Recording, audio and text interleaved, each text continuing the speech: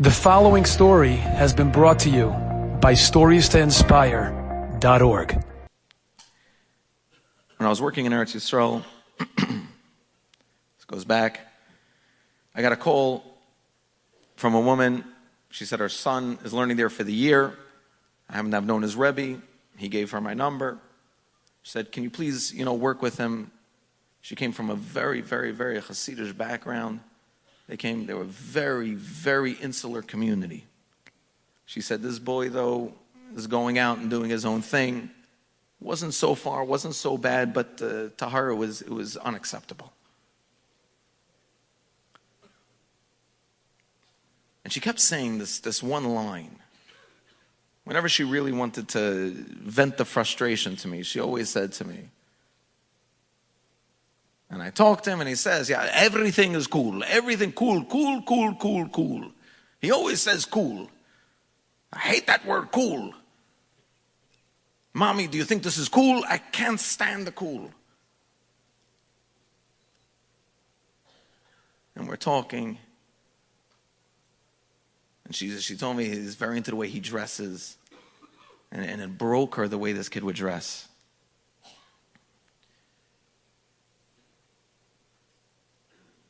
Finally, I'm working with the boy for a while.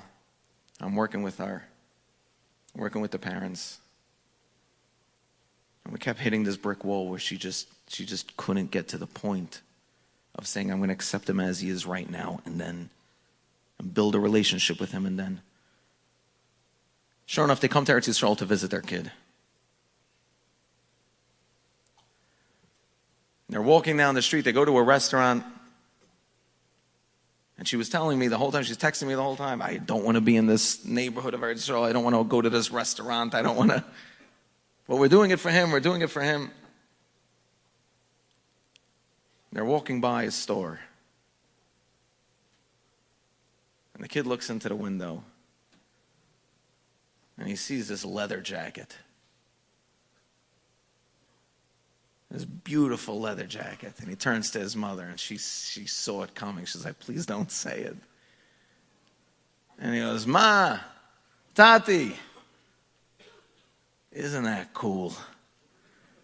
And she says, yeah, I couldn't. And they continue walking. And she says, Rabbi Bensoussan, I don't know what came over me. Yossi, I have no idea what came over me. But I decided that's it. This is the moment that I'm going to completely work on myself. I'm going to go against my nature. I'm going to go against who I am. I'm going to go against my instinct. I'm going to go against everything. She told her son, she told her husband, I actually forgot something in the restaurant. Go to the car and pick me up outside. She goes into the store and she buys the jacket. They bring him back to yeshiva. They were going back to the airport afterwards. They bring him back to yeshiva. She hands him the bag with the jacket in it. And she says, Sadek, I just want you to know. And she told me before this. She said, when I was in Geula without him, I saw all these things I wanted to buy for him. There was a Tehillim there, and there was a set of Svarim, and I was going to put his name on it. I said, please, don't. And the whole time she was there, she's like, but I want to buy him something. And I said to her, so buy him something. That's not for him. That's for you. Buy him something. And she said, that was in my head. And Mamash, one day we were walking by, I was like, that's it, I'm going to do this. She said he took it, he shrugged. He went inside. He hugged, said goodbye. She left. Now, by the way, I could sit down right now, and if you don't get why, that's a killer story. I'm sorry. This one happens to have a happy ending.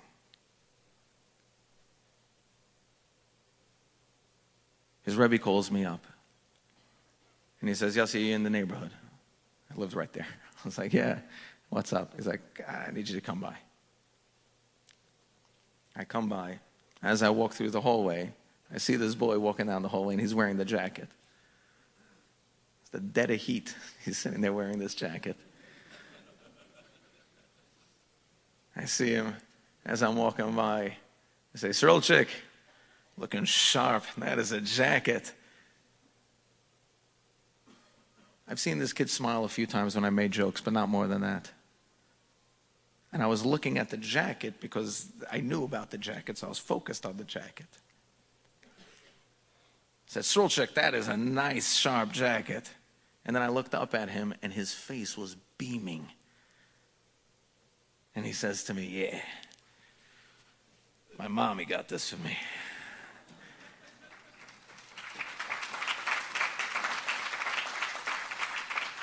And I said, I tried not to cry. I said, Srolchik, don't tell any of the girls in town that. It's not the best. You're doing good, though.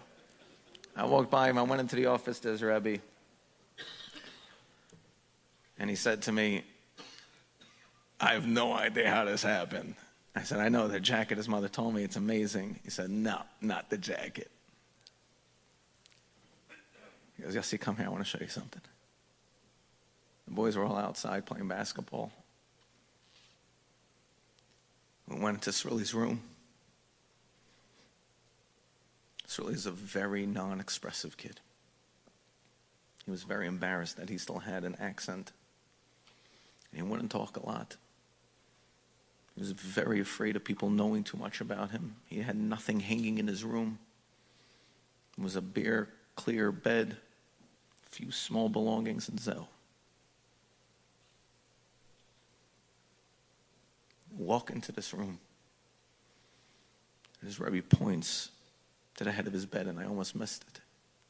I said, what? And I look. There was a little post-it note. Little post-it note on the wall of his bed, taped to the wall of his bed.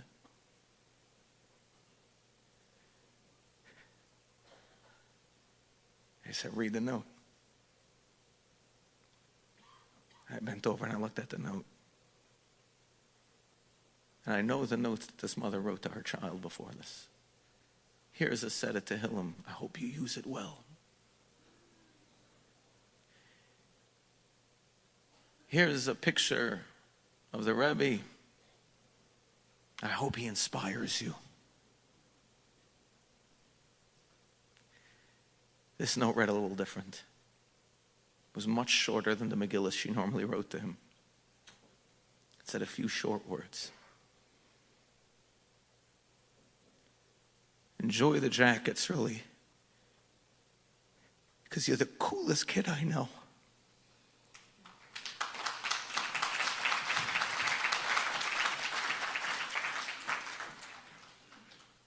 There's no question in my mind that I just got fired from a case. I had no more need. There's nothing else I could do.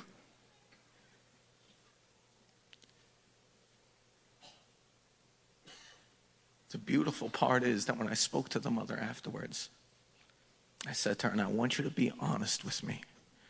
How amazing did it feel to give him that jacket? And she said, Yossi, it was the most liberating moment of my whole life. Because I let go of trying to control every aspect of this. And I just loved him.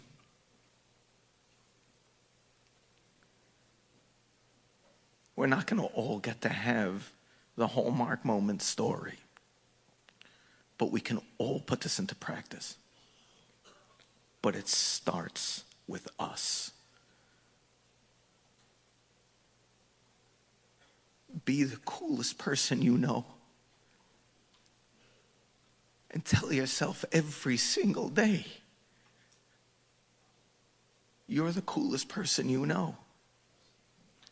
Now what a neighbor thinks when they see you walking on Shabbos with that kid won't matter anymore because you're the coolest person you know. What as Manal said doesn't matter anymore because you're the coolest person you know. What plans didn't work out doesn't matter. What anxieties come, what stresses come, doesn't matter because you're the coolest person you know. And if you're the coolest person you know, you're going to be the coolest person your kids will ever know. My Rabbi Berkowitz, when we used to go out to Kiev, he used to tell us all the time, the greatest tool you're going to have in Kiev is to fully believe it yourself, is to fully be deep in it yourself. Our children can never love themselves if they are constantly looking at parents who can't stand themselves either. We need to take care of ourselves. We need to build ourselves. So many parents say the line to me, I'm fine, everything's fine, I just need my kid to be okay. If you're not happy with a cup of coffee, you're not going to be happy with the yacht. Your kid could be fine and you're still going to feel that way. We need to go first. We need to be okay first. We need to be happy first. We need to be full of love first. We need to be connected to the Rabbi Shalom and have Emunah first. We need to go first, and then our kids can follow. Enjoyed this story? Come again. Bring a friend. StoriesToInspire.org